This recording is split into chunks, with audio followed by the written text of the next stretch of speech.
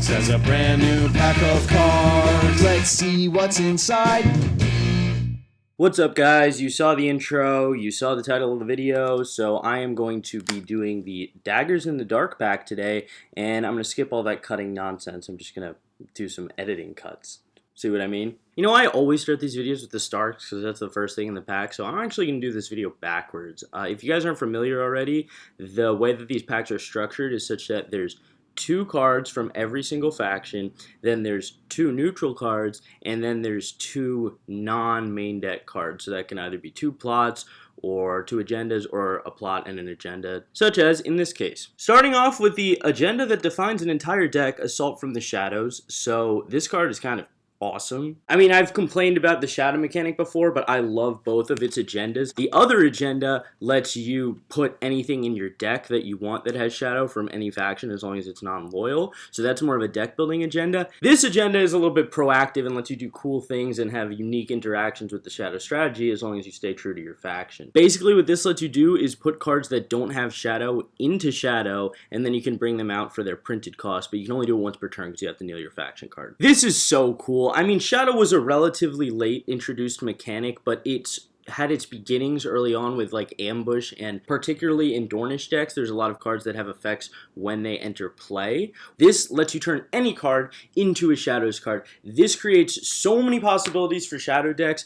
I don't even know where to start. I use this to make a Dorn deck because of the stuff that I just described. You can use Hota's Axe, you can use Hota himself, you can use Southern Ambassador or whatever it's called. Any card that used to have ambush, sorry ambush, shadow is cool now. So this is just a really fun agenda and it's cool. I don't know if it's good or not, but I don't care. I like it. And then we have one plot card called Ravages of War. So this is just kind of a general removal thing where each player sacks a location, gets rid of a card in their hand, and gets rid of a card in shadows. I suspect the reason that this was printed was because it's very difficult to get rid of things that have shadow because it was a relatively newly introduced mechanic. So taking things out of the shadows area is hard. They're relatively untouchable. If your opponent is doing a predominantly shadows deck that is really surprising you in the middle of the challenges phase, but you can't touch anything they have, then this card is helpful. I think they introduced it as a counterbalance to that. So it's very meta dependent whether it's good or not. I mean, its stats are fine. 4 gold is fine. It's fine. It's a little below average, but it's enough. 6 initiative is very high. 6 reserve is average. Yeah, if you're playing against an opponent who's using shadow cards that you need to get rid of, splash it in. Other than that, I would say it's determined by the meta, which I know very little about, so you should use it according to your own personal meta with your friends or family. The first neutral card is a new version of Varys. We only have one other version of Varys, and they made a shadow version for him, similarly to what they did to Littlefinger. This version, I think, is a little bit more fun than Littlefinger, but he's kind of situational. So he has an absurd 8 shadow costs. That means that you'd pay 2 to put him into shadow, and then pay 8 to bring him out. Normally, you have to pay 10 for this guy. But, unlike other expensive monstrosities like Littlefinger, who can't afford to come out of shadow, this guy gets cheaper for each other card you have in shadow. So if you're running either the agenda I just listed, which lets you turn anything into shadow, or the other one, Kingdom of Shadows, you can have a ton of shadow cards. You can have pretty much only shadow cards in your deck. There's also plenty of neutral shadow cards. This would not work in a non-shadow deck. In a shadow deck, you can definitely bring him out feasibly. Is he worth it though? Well, you get to kill a character and it's targeted removal, but only if they have power. So that can happen pretty often. I mean, Renown is all over the place. You can also force this on your opponent by using something like Starry Sept to make them give their characters power. In a Baratheon deck where you can use Consolidation of Power to force power onto their characters, this would be good. If you can't do those things though, the removal is not as targeted as it seems. And it's good, right? Because like you want to kill a character with power. You want to get rid of that power. It's obviously a character that has won a challenge or something, or done something to earn that power, unless you set it up. So you do want to kill it, but if your opponent doesn't have any, then Varys just sits there. But he can sit there. He can sit there and wait. He can sit there in the shadows. As you play more and more shadow cards, he's only getting cheaper. Eventually, your opponent gets something with power, and you bring him out. It's even cooler if you force it, but I think you can splash one of him in even if you don't. I normally would recommend against that because it depends on your opponent having a certain board state that you don't have much control over. But in this case, it's fairly likely to happen, and so what if you draw him and you can't use him? Whatever, it's not a big deal. This is a fun card. So it's on a Misty Morn. It's an event, and it's a song, which is cool because there's a Night's Watch steward named Darien who steals gold from your opponent when you play songs, and there's a Neutral Brotherhood card called Tom Sevens, I think, who stands non-loyal characters when you play a song card. So the song trait for an event is pretty good. It's pretty rare. I mean, a lot of the songs are just kind of weird splashable cards, but so is this. You can pick up to 2 non-unique characters in dead pile and bring them back to your hand. That's really good hand advantage. I mean, you're paying 1 gold and tossing 1 card to get 2 back, and there's no restriction on their cost. The problem is they have to be non-unique. You can't use this to get back unique cards that really don't like to be in the dead pile, which is unfortunate because it'd be preferable to do that since you want to get them out so you can play them again or other copies of them even. But in terms of strict hand advantage, if 2 non-unique characters have died, add them back to your hand. They were probably pretty cheap. You can just play them again. It's just good for if your opponent is killing a lot of your stuff to that extent, then this can replenish your hand a bit. I also very much like it in Ironborn decks, where you can use Drowned God's Apostle to kill himself if you win dominance to bring back non-unique Ironborn characters with printing cost 3 or lower. And so if you're already running a lot of non-uniques and planning on ways to get them dead so you can bring them back, this is a good fail-safe. That being said, you probably want them in the dead pile if your strategy is based around that. Who can say? This is an excellent card. It has its place. I like it. Oh, sweet. We get to start with Dorn. So Blood of the Viper. This is kind of a cool card. It's only for Sand Snakes, and it is an attachment with Ambush, which is pretty sick. You can just whip it out in the middle of the challenges phase, lose a challenge on purpose to trigger some other Dornish ability that likes that, and stand them, and your opponent has no idea what just happened. This is pretty good. I tend to not find room for it even in my Sand Snake focused decks because yes, they do like to lose challenges and standing is good. I typically end up focusing on the strategies that reduce or remove challenge icons or things like that, but losing challenges is totally a strategy of theirs, and this can definitely fit in. Yeah, I mean, there's not much else to say. It's a good card. I don't always run it, but it's good. Attachments, I don't love, but the fact that this has Ambush is really great because Dorn's all about surprising people in the middle of the challenges phase, and it's also all about losing challenges. Just a very good card if you're running a Sand Snake deck. If you can't fit it in because you don't have enough attachment support or this is just kind of a one-off card, that's understandable, but it's still very good. Oh, and the lovely Starfall Spy. So this is a big card. First of all, it has the House Dane trait, which means that you can equip it with Dawn, which is just awesome. It'll get Intimidate. That's sick. It is a non-loyal card with the Shadow keyword, so that means it can be splashed into a deck that is running Kingdom of Shadows, and you can return it to the Shadows to put other cards from the Shadows into play after you lose challenges, which is what Dorn loves to do. And this is a 3 cost, which means if it happens to get discarded or something, you can bring it back with Flea Bottom, which Dorn is probably already running because of all the Shadow City bastards they're using. This is an amazing card. It's an amazing card for other decks that aren't even using Dornish cards, that are using the non-loyal Shadow agenda to splash it in, because it is one of the few cards that can not only return itself to Shadow, but it can bring other things out of Shadow for free, which is crazy. It's 3 cost. Its Shadow cost is only 3, so it's only 5 total. This is an absolutely amazing card. In Dornish decks, you actually definitely have to be running Shadows for this to be worth it, but the fact that it's House Dane means there's just some fun Dane tricks you can do with it. Again, it's a Spy, which is a keyword I keep seeing, but I don't see any support for, although I think there is one Lannister card that anti-supports it, but whatever. I love this card. I love Dorn. I love both these cards. Moving on. Targaryens start off quite strong with a card I have no idea why they printed. It's called Gifts for the Widow. It's basically just an event where you play it, pay as much as you want, and then you can instantly search your deck for an attachment that costs that much or lower, which why would it be lower? You would pay exactly as much as you need to, and then equip it to something on your side of the field. So that is specific. You can't use Milk of the Poppy or negative attachments on your opponent. But this is still ridiculous. I mean, I'm not familiar with the restricted list, but if this is not on it, I don't know what they're thinking. Running 3 copies of this is basically saying, oh, there's 3 slots in my deck that are every other attachment in my deck put together, and I get to pick which one. It's absurd. And attachments are usually cheap, so playing this is so easy.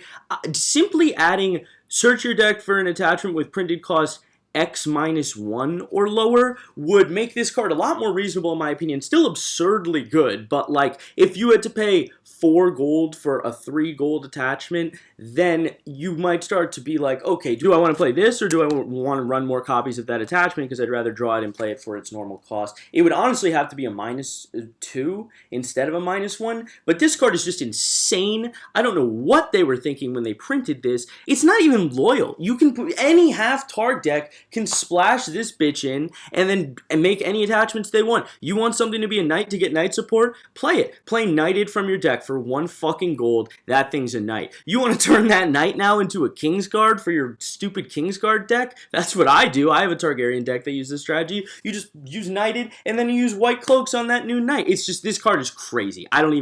I'll stop now. Brazen Beast. So this is non-unique and again non-loyal shadow card, so it's splashable into any deck that uses Kingdom from Shadows. It's a guard card, which has very, very, very minor support in Dorne alone, I think. Basically, you can put him into shadows from your discard pile. This is to go along with the Targaryen strategy of discarding things, then things like Missandei and Jorah and Friedman maybe like to be discarded or have ways of getting themselves out of the discard pile. And there's also cards like Barristan Selmy who get benefits when you have fewer cards than your opponent. However, this one is just not very good in my opinion. 3 gold to put him into shadows from your discard pile. That's 1 more than the normal shadow cost. Then his shadow cost itself is 3. So then you have to pay 3 more gold. So you're paying 6 gold to get this guy out of your discard pile, and he doesn't have an effect after that. His effect is just about getting him into play. But when he's on the board, he's just a Dagon with 4 strength, which is not bad, but it's not worth 6 gold. So yeah, I would stick to Missandei, Friedman especially because it's non-unique, and Jorah if you're trying to run some of these cards that can handle being discarded because you're using Hisdar or something. This one, not the best, and it's really not that good for other Shadows decks that I can think of. Maybe it is, but it gets a benefit if you played it from Shadow. You get to draw 3 cards instead of 2, and it's basically just generic support for the strategy of the Greyjoys that relies on stealth and unopposed challenges. It's a fairly good event. It's not too costly in terms of how well it supports your hand. I mean, 2 gold from Shadows to get 3 cards after winning an unopposed challenge. The only problem with that is that you have to invest the 2 gold in advance and know you're going to win an unopposed challenge, but you probably will, especially if you're the second player and you are building your deck around it. So, I mean, it's not super splashable in every deck or even every Greyjoy deck, but it certainly has its place if that's the strategy you're relying on. Makoro. So this guy's fun. He's the only non-neutral, non-Baratheon roller. He is the only roller that exists outside of the neutral cards and the Baratheons. And I actually have a Ironborn Baratheon deck, so I wanted to run him, but he kind of sucks. So he costs 3 to just play, but he doesn't have an ability that relies on anything other than coming out of shadows. So if you just play him, cool, you have a Monogon with 3 strength, and it's like the worst icon, so not great.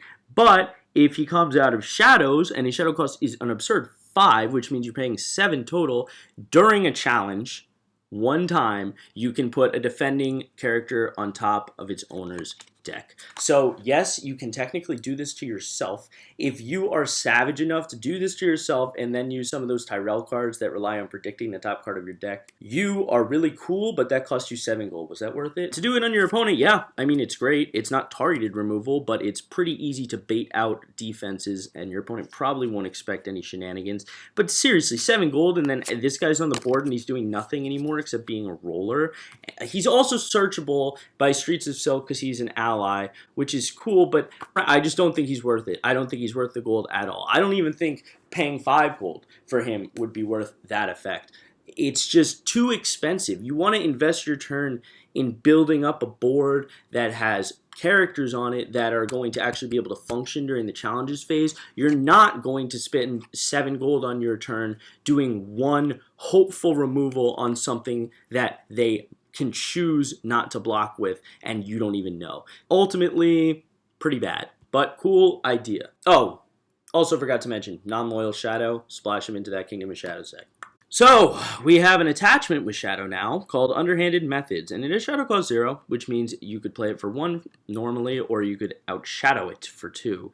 And then it supports Shadows also because the attached character gets +1 for every other character in Shadows. Lannisters really have a lot of the best Shadow support, them and Dorne, I would say, although Tyrells have some as well. So, building a Lannister Shadow deck is probably the easiest choice if you just want to grab one of those agendas and scrape something together. I made a Lannister Kingdom of Shadows deck, and this card isn't the best thing in the world. I mean, just increasing strength on one character that can only block once, ostensibly, it's not amazing, but the fact that it in its own text says +1 strength for each card you control in Shadows, and it's non-unique, and it's not the only card that's like that, means that just the fact that it itself is a Shadow card, you can put it into Shadows, and it'll buff other things. There are other things that want you to have cards in Shadow. So if you want an attachment that's going to give things strength in your Shadow deck, well, you're going to want one with Shadow. So in that case, this one is pretty good, and actually that +1 strength can get pretty freaking high, so think about it. Oh.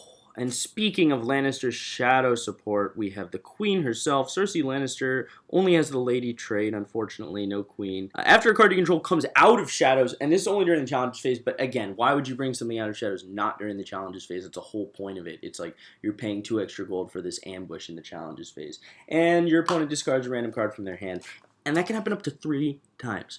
Up to thrice. That's a little bit crazy. You can make your opponent discard 3 cards in their hand without ever even thinking about an intrigue challenge, and we all know how much Lannisters love to empty out their opponent's hand. So, great version of Cersei. The other versions of Cersei were kind of linchpins in the intrigue strategy, to the best of my knowledge. So I think it's kind of fair that they printed this, even though it has a crazy effect, because if you can't have the other version of Cersei on the board with it at the same time, that's like also increasing your intrigue claim. You're not just going to dump your opponent's whole hand without doing a little bit more work. So I think this version of Cersei is really good. She has Shadow. She supports Shadow. She is a well-designed Shadow card and a new ace for the Lannisters, who seem to be really liking this Shadow strategy that they just introduced.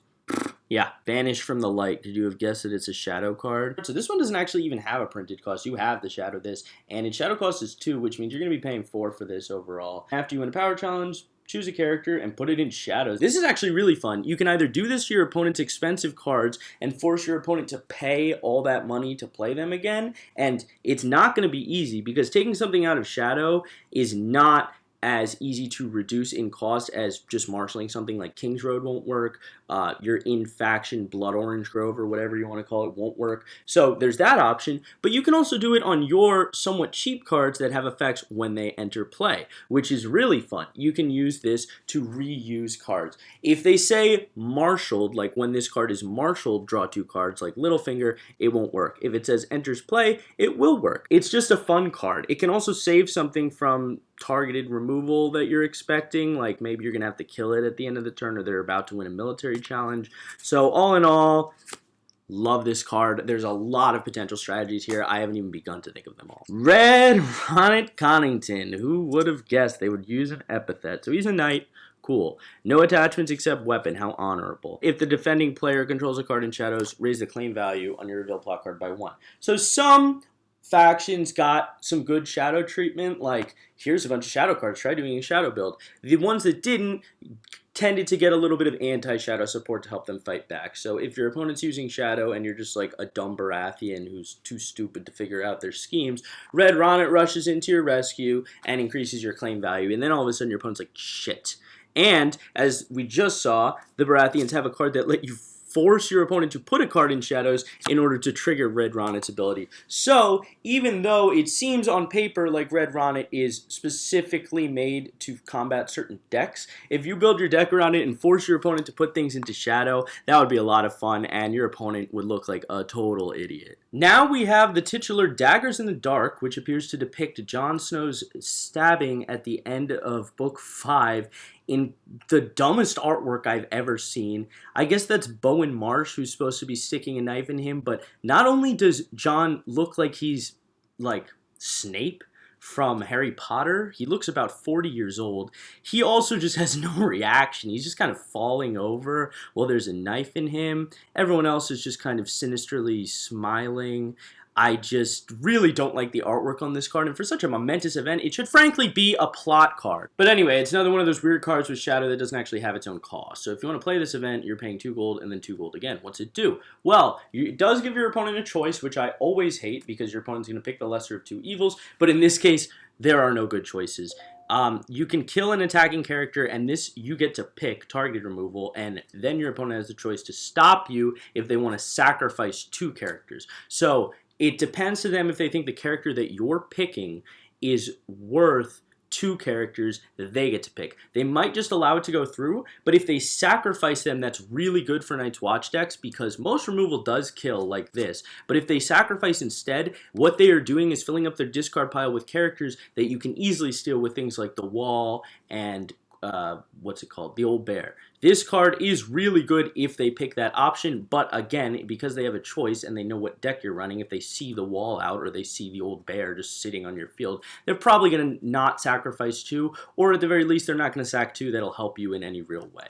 This is an okay card. I always end up cutting it even though I want to run it just because it's too expensive, not to mention the Wall lets your opponent pick, so if they give up 2, they're going to pick which one you get. And the Old Bear can only pick unique, so your opponent knows what you can fetch from their discard, or if you can, so really your opponent has too much agency for something that costs 4 gold. I think it's not worth it. The other Night's Watch card is a loyal builder named Night Fort Builder, so he's non-unique, so you can have a bunch of them, and after he's knelt, look at the top card of your deck, and if it's a Night's Watch location or attachment, draw it. This is good because you might want to run a lot of locations. If you're running builders, you probably want to run a lot of locations. He's an easy, low-cost target for fresh recruits. Here's what's kind of cool. It says location or attachment, and one of the most prominent Night's Watch attachments is Catapult on the Wall, which you trigger by kneeling the character it's attached to. So if you are doing a Night's Watch attachment deck, you can equip this guy with Catapult on the Wall, and then when you kneel it to use its effect, you then get to search for more catapults or other weapons or locations. So this guy is pretty good. It depends on your deck build. I mean, if you know that half of your deck is locations and attachments, then yeah, absolutely. 50% chance of just drawing a card every time this guy's knelt, and he also serves purposes as being a builder, being a Night's Watchman. Go for it. Otherwise, he's loyal, which can mess up Hollow Hill, and I think Night's Watch decks have a pretty easy time not messing up Hollow Hill if they don't want to, and a 50-50 chance to draw one specific type of card, because again, it's probably not going to be higher than 50-50. I mean, maybe you're playing a deck that has 0 events and like 10 characters, and this guy's one of them, but I doubt it. So it at best is going to be 50-50, and then you can do a little bit of card counting to see what the odds actually are from there, but it's likely only once per turn. I doubt you're going to stand him again, so I don't usually run him, but he's cheap, he's a builder, and he can search for something they have in abundance, although he can only search 1 card of your deck at a time. So, This Tyrell location is really just strange. I mean, first of all, kudos to it for being a non-unique location with a gold modifier. It's not even limited. Toss out 3 of these during setup, and that's pretty good. But then its second ability has absolutely nothing to do with gold or drawing cards or anything that you would expect. Kneel Arbor Marketplace to just give a character +1 strength. I mean, it goes well with the Tyrell strategy of giving things strength mid-challenges phase, of having the thing on the field with the highest strength. This is a great card. I think it's really good. It's just weird. The +1 gold and then the +1 strength seem like kind of 2 very different sides of this one coin, but it's still good. It is very good. Getting gold is good for every strategy, and getting strength is good for every strategy, particularly Tyrell's. So this is an awesome card. I've actually never seen it before, but it's really good. Shrewd Diplomat. In what way is that a Tyrell card? Anyone can have a Shrewd Diplomat, but whatever. So apparently this Tyrell Diplomat, who is quite shrewish, seems to be a 3-cost, non-loyal card with Shadow, which means you can splash it into any deck that uses Kingdom of Shadows, of course. And it also, strangely enough, has Ambush, which is basically the same thing. Because it has Shadow and Ambush, it's obviously going to have an effect that happens when it enters play during the challenges phase, and of course it does. You just stand a character and remove it from the challenge. So actually pretty freaking weak for a 5 Ambush, or essentially 5 for Shadow, only maybe broken up over 2 turns. Is that worth just removing a single character from the challenge and then it's also standing them so they can block and defend with them again. If they only have one icon and you're the second player when you use this, then that character's kind of out of the ball game. But other than that, I don't think this card is worth it. I don't think this card is nearly as shrewd as it thinks it is. Oh man, the Bastard's Letter. This one's really hitting a lot of the high points of Jon's last chapter in Dance.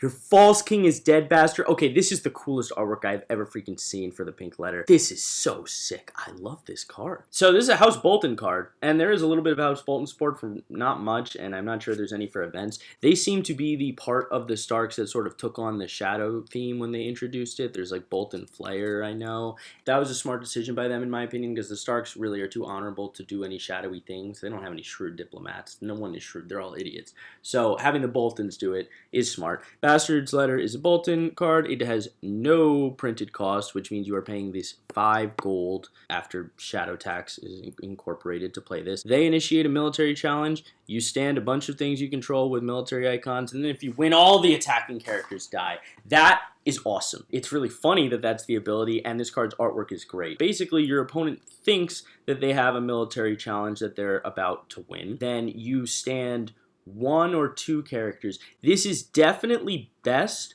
when your opponent can only barely win, but they want to, because then they will declare an attack with everyone they can. If a lot of your guys are already knelt, even though that seems better because this stands a lot of them, your opponent's not going to actually declare an attack with that many, and you won't get the big benefit of killing every attacking character. So if you are clever with this, and you must be for it to be successful, you need to block strategically so that your opponent thinks they can win a military challenge and wants to, and has to dedicate at least 3 characters to it. Many opponents won't. Or if you really just want to kill that one big character they have, you can. But for 5 gold, you should definitely kill off more than 5 gold's worth of stuff, in my opinion.